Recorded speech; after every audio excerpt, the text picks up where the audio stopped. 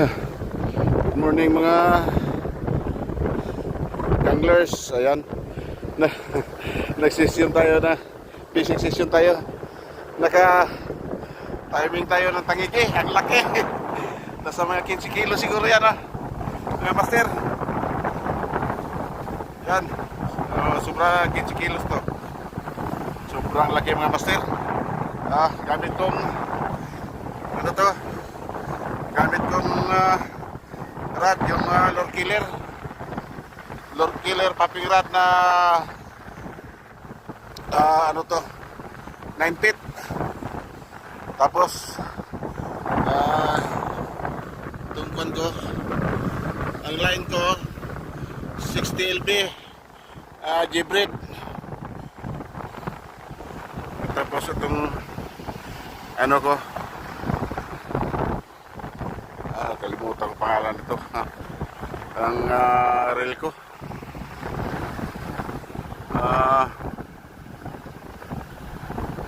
ano ba to, kalimutan ko, yun lang master ko. Ay, mula nung mag-umpisa akong mag-fishing, ngayon pala ako nakakuha ng tangigin ng ganito kalaki na yung nakuha kong dati isa, yung hindi nga umabot ng kalahating kilo. Ito ang pinakamalaki ngayon na nakuha kong tangigin, first time. Naka-timing na master.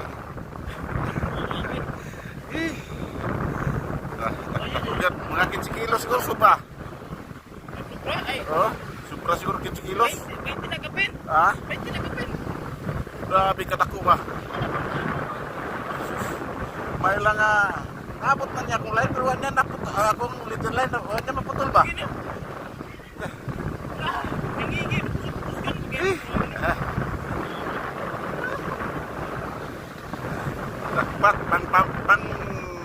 Pang ano na, pang Pasko na, mga master.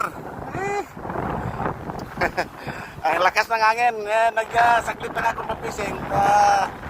Dalasulti na rin sa bukas. Plano namin dito mag-fishing bukas. Naka-timing naman ng tangigi, kalaki.